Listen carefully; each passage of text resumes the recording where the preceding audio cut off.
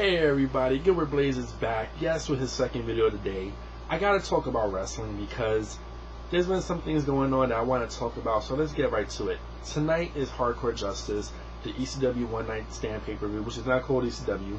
Now, as we all heard from the news yesterday, Jerry Lynn had to pull out from the main event, so we're not going to get RVD versus Jerry Lynn, which is what everybody was looking forward to seeing. Everybody wanted to see this, and we're not going to get it now, which is a complete bummer.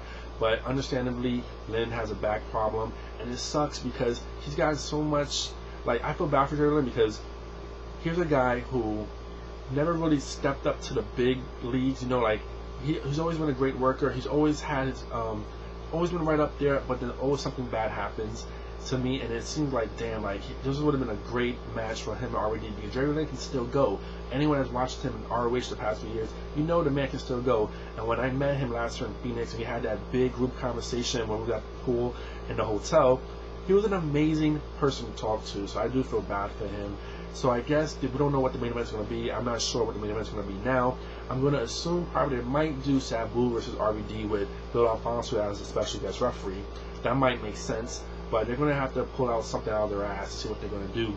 But as this pay-per-view is folding, we only know two matches. Well, one, you know, Tommy Dreamer versus Raven with Mick Foley as a special guest referee, and now it's supposed to have been Lynn and RVD, but now that's got scratched. So we don't know what kind of matches they're going to have here tonight. I'm curious. I will watch it, but I'm just curious to see what's going to happen. I hope it's not a train wreck, and I hope Tommy Dreamer and everyone else involved booked is good, but it remains to be seen. But I'm curious. You know, a lot of people thought this shouldn't have been done in the first place. I was kind of like one of those people because we've seen this so many times. ECW brought back, you know, once again TNA copies another idea of WWE. I mean, why can't TNA be original, be fresh, do something different, have a different idea of their own? But you know, the ODCW guys, I don't blame them for coming back because they still need to get a paycheck. They need to get paid. They wanna, you know, be on television still. So you know, why isn't it's great for them in that sense. But I don't know, I just don't feel the sentiment. I don't feel the whole prestige of this going on. But I will watch tonight to see what happens. Now Dolph Ziggler finally becomes Intercontinental Champion about a year and a half too late. As you all know, Rey Mysterio didn't want to drop the title to Dolph. Rey Mysterio, being very selfish, really pushed Dolph Ziggler, and I was worried for him for a while because he was pushed for so much that he was being a jobber or he wasn't even seen on television. And finally, you know, he's back on track. They got him with Vicky Guerrero, which I like. She's always been a star maker in a sense, and I want to see Dolph push really well. And I like that Dolph is an Intercontinental Champion now, finally.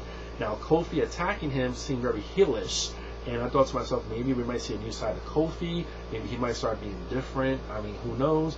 But I can't see Kofi being a heel just yet. I see him being a heel eventually down the line, but not just yet. So it should be interesting to see what happens. I am looking forward to what Dolph and Vicky Guerrero can do together as an on-screen couple. Now, Alberto Del Rio, we keep seeing all these promos of his. I've never seen anyone that's had so many promos done on them. I mean, 2 promos a show. Like, I've never seen that before. He's gotten so much promos that now when he does debut, he's got a lot of hype that he has to build up. I'm just hoping, I know with some fans, they don't seem to care right now. So I'm hoping they do care because he's an extremely good wrestler, and I am disappointed that he couldn't come in with the mask, but he's an extremely good wrestler, and I hope they don't mess him up. Now, in other news, in terms of Lucha Libre, I hear WWE is talking to Sexy Star, who's a part of the AAA promotion. And Sexy Star is a great female wrestler, and she is masked. So if, let's say for example, they do bring her in, are they going to have her masked still, or are they going to have her take off the mask? I think it would be great if she comes in as a masked wrestler. We've never seen a diva with a mask before in WWE. So that would be a great different direction and a different look for a WWE diva. But will WWE have the balls to do this? Remains to be seen. Now on the Raw, the Nexus angle is still heating up. Edge and Jericho are out of the Team WWE, so I don't know what they're going to do with that. I guess they might have Evan Bourne be one of the fill-ins, and for the next spot, who knows? But I still think there's a big WWE superstar behind the Nexus angle. You know, there was rumors about Triple H or Batista or even John Cena. But whoever it is, I hope it's a really good superstar that comes back. I would love it to be John Cena, for him to be healed, but I know I just can't see that ever happening. But it remains to be seen. mainstream wrestling still is a little iffy for me. I'm still watching it, but I'm still like with a grain of salt because it's just not grabbing my attention. ROH is definitely grabbing my attention, and now with the announcement of Shelton Benjamin and Charlie Haas, of course everyone is hyping this up to be like, oh my god, this is going to be the best match, and yes, I'm going to be there live to see it.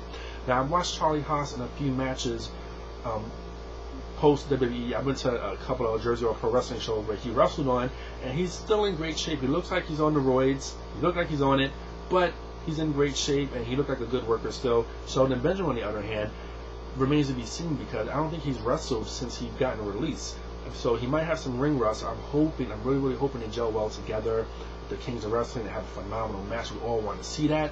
So it remains to be seen, but I'm definitely looking forward to the 9/11 show. And I've also got my tickets to see Chikara in Brooklyn, to see Yami Toyota. I've never seen her, and I obviously never seen her live before, so I can't wait to see her. I actually am going to see the TNA show on September, I think, 23rd as well.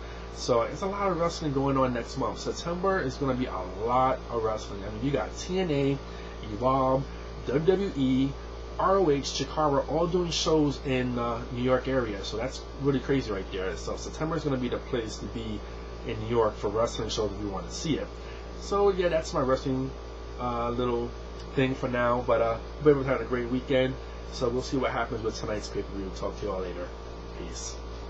Hey guys, I had to make another quick video at the end of my other video because I just heard that Tyler Black supposedly signed with the WWE. Now, if this is true, because it's not confirmed yet, but I'm seeing it all over the websites, I'm hearing people talk about it. So if this is in fact true, that being Tyler Black still the ROH heavyweight champion, it's going to be crazy because how is he going to drop the title? Who he's going to drop the title to?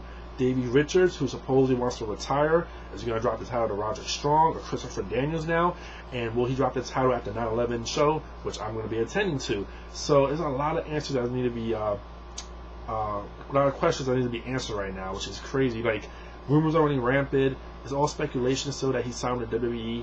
I mean, what are they going to do with him? Are they going to put him on NXT Season 3? Like, I don't see what they're going to do with him. But if this is true, then ROH loses another big star, and ROH right now have a lack of faces in ROH. It seems like everybody's turning heel there. There's a lot of tweeners there. So, be interesting to see what happens. But yeah, that's the latest scoop right now. Tyler Black supposedly signed with the WWE. We'll find out whether or not it's true or not. I just wanted to talk about that really quick. Talk to y'all later. Peace.